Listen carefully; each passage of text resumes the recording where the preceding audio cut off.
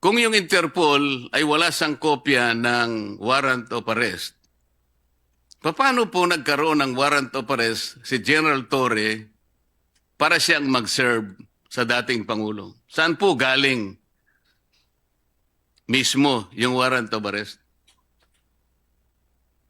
Yes, ang pagkaalala ko dun sa hearing, pinadala electronically ng ICC dun sa kanilang counterpart dito sa Pilipinas, which is the Philippine Council for Transnational Crime. Yan nga po. If the local counterpart of the Interpol is the PCTC, sila po dapat ang nag-serve ng warrant of arrest. At sila din sana ang nagbasa ng Miranda rights. Ang nangyari po, baligtad eh. Ang nag-serve po ng warrant of arrest is General Torre, siya pa yung nagbasa ng Miranda rights. So hindi po nasunod yung tuntunin mismo na binabanggit nila, Mr. President. Tama po. At nagtaka rin po kami kasi ang nakita natin, yung nandun, si General Torre, sabay nung sinasabing Special Envoy, Ambassador Lacanilao. At siya bigla ang may hawak ng ICC warrant at siya rin ang sumama kay dating Presidente Duterte hanggang sa The Hague. Pinagtatakahan po dahil yung NCTC ay walang alam sa pag-a-appoint niya at pagbibigay ng otoridad sa kanya. So sa mga tweet po, maski na sa ating local jurisdiction, Mr. President, yung pong mga sabina o mga court order, lahat po ng order ng korte, ang sheriff po ang nagdadala. Nagpapatulong lang siya sa pulis kung kinakailangan, pero hindi po pwedeng mawala yung sheriff. Dito po sa pangyayaring ito, yung sheriff, dapat yung executive order ay executive director ng PCTC ang nag-serve ng warrant at siyang dapat na nagbasa ng Miranda warnings. Tama po? Tama po. Lahat linabag po mula sa konstitusyon hanggang sa international law hanggang sa sariling batas ng ating bansa. Wala po bang sinabi o ginawa ang DFA, Mr. President? Alam po nila na ito'y tahasan na paglabag sa karapatan ng isang mamamayan. Huwag na nating sabihin siya ay dating Pangulo, kahit na po hindi dating Pangulo. Lahat po ng mamamayang Pilipino ay saklaw ng karapatan na nasasaad sa ating saligang batas. Lalong-lalo na po yung sinasabi nating no person shall be deprived of life, liberty, and property without due process of law. Dito po, talagang walang due process eh. Nagsalita po ba o gumawa man lang ng aksyon ang DFA sa anumang kaparaanan para ito'y maipaalam natin do sa grupo ng mga tao o opisina na gumawa ng bagay na ito laban sa dating Pangulong Rodrigo Duterte? Ang tanging nagawa lamang ng DFA, pagkat sila na rin ang huling nakaalam ng mga pangyayari, yung mga welfare check nung dumating na sa detention center ng The Hague ang dating Pangulo. Dahil ang tumayong kinatawan ng DFA pati ng NCTC ay si Ambassador Lacanilao. Yung welfare check, ginawa ng DFA tulad ng ginagawa nila para sa iba't ibang kababayan natin sa ibang bansa, para sa physical, mental health, legal status, communication sa pamilya, humanitarian aid, access to counsel, at iba't iba pa. May base ito sa iba't ibang batas, pati international law at mga tratado natin. Subalit, ang alam ko, tinutulan po ito ng Duterte family, pati ng kanyang abogado, si Attorney Kaufman po. Yung po binabanggit ninyo, Mr. President, ay pagkatapos na ng pangyayari. Ang sinasabi ko, yung habang nangyayari, while the process is ongoing, ano po yung ginawa kung meron man? Ano ang sinabi kung meron man ng DFA dito sa ongoing and developing story? May kaugnayan nga po sa dating Pangulo mula sa kanyang pagkakaaresto and brief detention in the Villamor Air Base until his eventual turnover to the Hague, Netherlands. As a principal agency of government. Gusto naming malaman, meron po ba kayong in-advise man lang? Meron kayong ginawa? Kung meron man,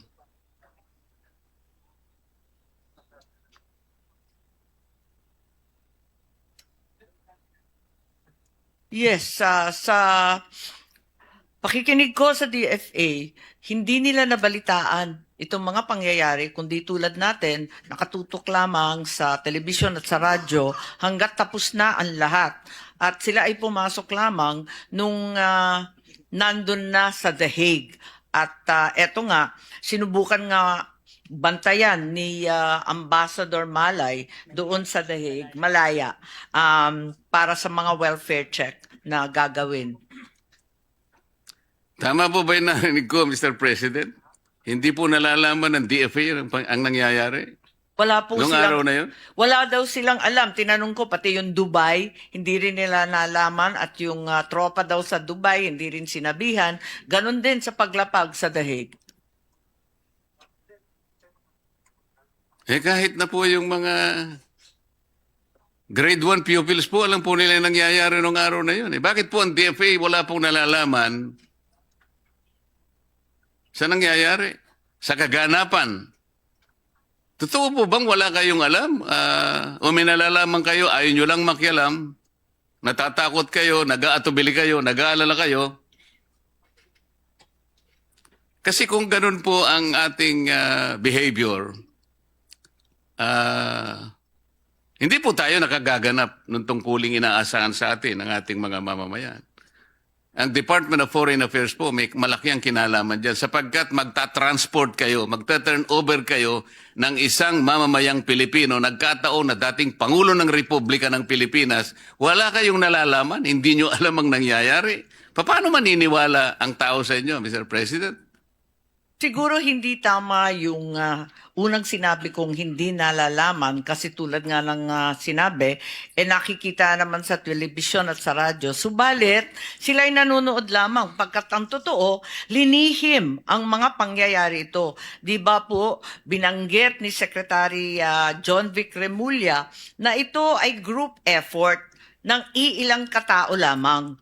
At sila-sila lang ang nag-uusap. Hindi naman na dinamay ang DFA, hindi naman sinabihan yung mga ibang dapat na nandun, yung National Transnational Council, Transnational Crime Council. Hindi naman sila sinabihan eh. Iilan lang talaga ang napiling nandun. Nakakatuwa pa nga dahil yung Villamor, kung tutuusin, talagang Air Force facility. Pero ang nag-take over yung PNP at naging caterer na lamang yung Air Force. Hindi rin daw nila alam. Sana ay magkaroon kayo ng magic, Mr. President. Mapaniwala ninyo ko doon sa ganong kababaw na pangangatwiran na talagang hindi nila alam. Palagay ko po, alam ninyo, ngunit nag-aatubili talaga kayo eh. Kahit na hindi po kayo officially informed, inintay po ba nyo yung merong magsabi sa inyo officially? O, kailangang makialam kayo rito. O ano bang posisyon nyo rito? Pagtulungan natin ito para sa ganon ay maayos nating maproseso lahat ito nang walang masasabi ang mamamayan. Wala ba kayong ganong katungkulan na makialam kayo? Ano ba kayo, yung kailangan lang may mag-notify sa inyo kahit nakikita ninyo na maaaring may batas na masasagasa dyan, dadali ng isang tao sa ibang bansa. Meron ba siyang visa doon? Sino ba ang sasama sa kanya? Bakit ang sumama sa kanya ay tao ng SETC? This is the Special Envoy on Transnational Crime. Hindi siya yung PCTC. Bakit siya ang sumama sa dating Pangulo, hindi yung Executive Director ng PCTC? Hindi nyo ba alam yun? Opo. Alam din naman na balitaan na rin siguro ng DFA, subalit tumatalima sila dito sa kanilang mandato na tutulong lamang sila sa executive. Yung kasi ang nakasulat sa batas, sa Commonwealth Act 732, RA 708, 7157, na siyang nagbibigay buhay sa DFA. Advise and assist the President in planning, organizing, directing, integrating, evaluating, Foreign Relations. Yun lang po. Sa pakiwari nila at sa pagkaalam nila, hindi sila sinabihan o pinasama dito sa group effort na sinasabi ni Secretary Remulla.